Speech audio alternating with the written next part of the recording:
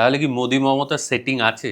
না না না, মোদি মমতার সেটিং তো হতেই পারে না। তার কারণটা হচ্ছে, কেন হতে পারে না, খুব সংক্ষেপে বলি, যে বিজেপি পশ্চিমবঙ্গ দখল করতে চায় না চায় না, এই প্রশ্নটার উত্তর কাউকে দিতে হবে। 100% চায়। অমিত শাহ পার্টি প্রেসিডেন্ট হওয়ার পর ফার্স্ট প্রেস কনফারেন্সে বলেছিল যে আমরা প্যান ইন্ডিয়ান পার্টি হতে চাই, আমরা শুধু হিন্দি বলয় দল হিসেবে থাকতে চাই না।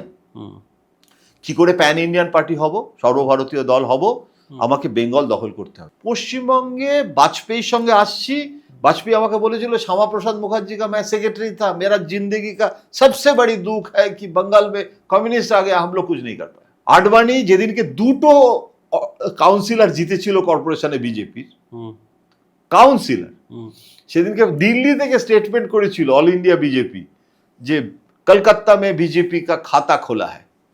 কি না, দুটো কাউন্সিলর পুরসভায় আবির দিয়ে খেলা হয়েছিল, আবির মেখে। তো এই রাজ্যটাতে আমি আসতে চাইবো না।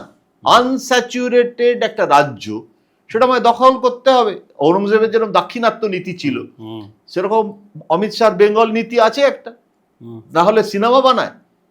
কাশ্মীর ফাইলসের পরই বেঙ্গল ফাইলস, কেন এসবগুলো হচ্ছে? তার মানে আমি দখল করতে চাই, কিন্তু ফেডারেল স্ট্রাকচারে, সেন্টার স্টেট রিলেশন, এই জিনিসটা মোদি কিন্তু মমতাকে একটা জায়গায় সম্মান করে, জানো তো। একটা জায়গায় যখন ওরা নিজেদের লেভেলে, মোদি আর মমতা অনেক মিল আছে, দুজনেই তো লড়াই করে একটা জায়গায় এসছে।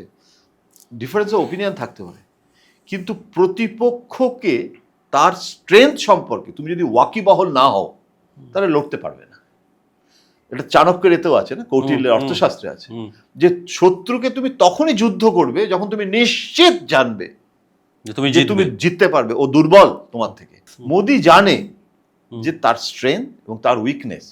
I respect Modi for that, কারণ মোদি সেটা জানে। সেটা পশ্চিমবঙ্গের বিজেপির কোনো উচ্চিংড়ে নাও জানতে পারে।